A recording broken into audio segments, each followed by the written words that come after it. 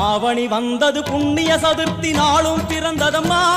அதிகாலை முதலே மனையில் மங்கள மேளம் ஒலிக்குதம்மா